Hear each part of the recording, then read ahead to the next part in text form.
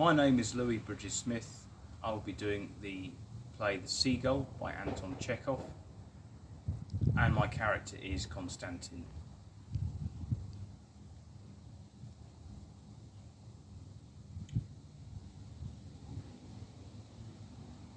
She loves me. She loves me not. She loves me. She loves me not. She loves me. She loves me not. Well, of course she doesn't. She wants to live and love and dress in bright colours. Whilst I am here at 25 years old, perpetually reminding her that she stopped being young. When I'm with her, she's 43, and when I'm not there, she's 32, which is why she hates me. Then again, I don't acknowledge the theatre.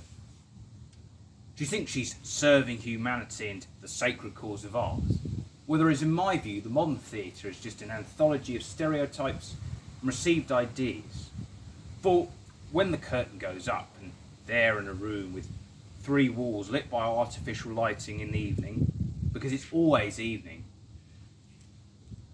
and these high priests in the sacred temple of art talk about how they drink and dance and walk about and wear their suits, when out of these banal scenes they just keep serving me up the same old thing. The same old thing, the same old thing, and the same old thing.